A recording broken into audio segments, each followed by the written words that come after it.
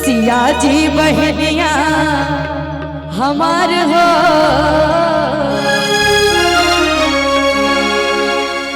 सिया जी बहनिया हमार हो, सिया जी बहनिया हमार हो। अकन एक मिनट साहब गोटे ताली बजेबे और कहबे तालिक संग सिया जी बहनिया हमार हो, सिया जी बहनिया हमार हो, हो राम लगे पहुनमा। सिया जी बहनिया हमार हो, हो राम लगे पहुन, राम लगे पहुन, राम लगे पहुन, राम लगे पहुन। सिया जी अरे सिया जी, अरे सिया जी बहनिया हमार हो, हो राम लगे पहुनमा। सिया जी बहनिया हमार हो, हो राम लगे पहुनमा।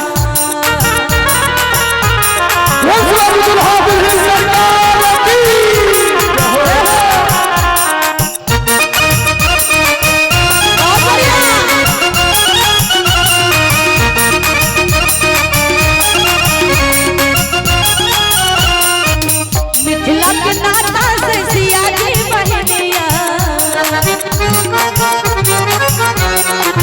मिथिला के नाता से सिया जी बहनिया, सिया जी के नाता से राम जी पहुनावा।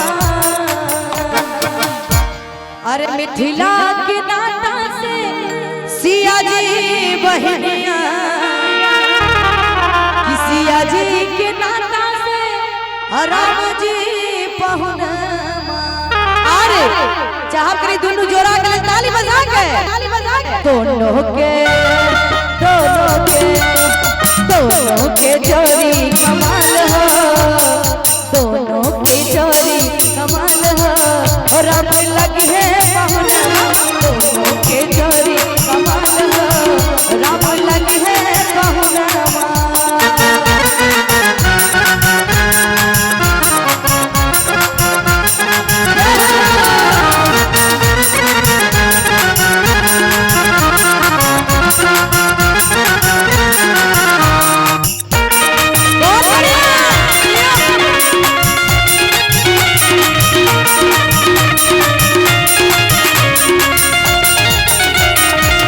सरसों के फूल रंग सिया जी बहनिया, सरसों के फूल रंग सिया जी बहनिया। और जे भी ठाड़ छे अखन बराती नहीं आइल छे तो सब गोटे कुर्सी खाली चाहे कि बैठ जाओ, कनी नीक लागते और ताली बजा के कहबे सरसों के फूल रंग सिया जी बहनिया, तुलसी के फूल रंग राम जी पहुनमा। राम जी पहुनमा, राम जी पहुनमा, राम जी पहुनमा, राम जी पहुनमा। सरसों के फूल रंग सिया जी बहनिया, तुलसी के फूल रंग राम जी पहुनमा। बड़ा सुंदर मिथिलानी एक दूसरे के देखत कहल की ना कि सरसों के फूल रंग सिया जी बहनिया, कि तीसी के फूल रंग राम जी पहुना।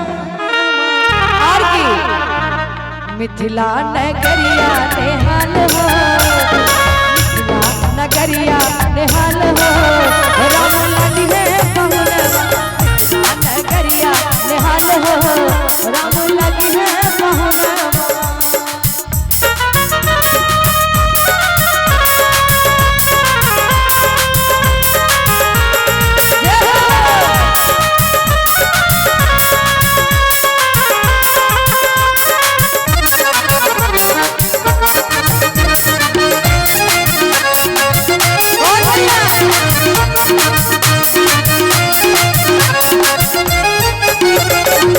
तीसी के फूल रंग सिया जी बहनिया, और चैती जोड़िया सन सिया जी बहनिया, हरिया सन राम जी पहुनमा। देखा सुंदर से जोड़ा के देखे तो बड़ा सुंदर भाव मोथलानी के अंदर से कहल की चैती जोड़ी सन सिया जी बहनिया,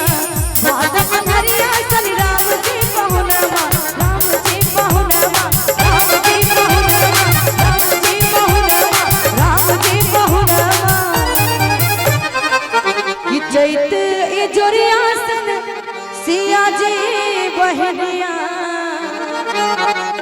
अभादब अनहरिया सन राम जी पहुना और की कने सब गोटे ताली बजा के गावे ताली बजा के सब गोटे अंगना में उगी गेले चांद हो अंगना में उगी गेले चांद हो राम लगी है पहुना अंगना में उग गेले चांद हो राम लगी है पहुनवा सिया जी बहनिया हमार राम लगी है पहुनवा सिया जी बहनिया हमार राम लगी है पहुनवा सिया जी बहनिया हमार राम लगी है पहुनवा सिया जी बहनिया हमार राम लगी है पहुनवा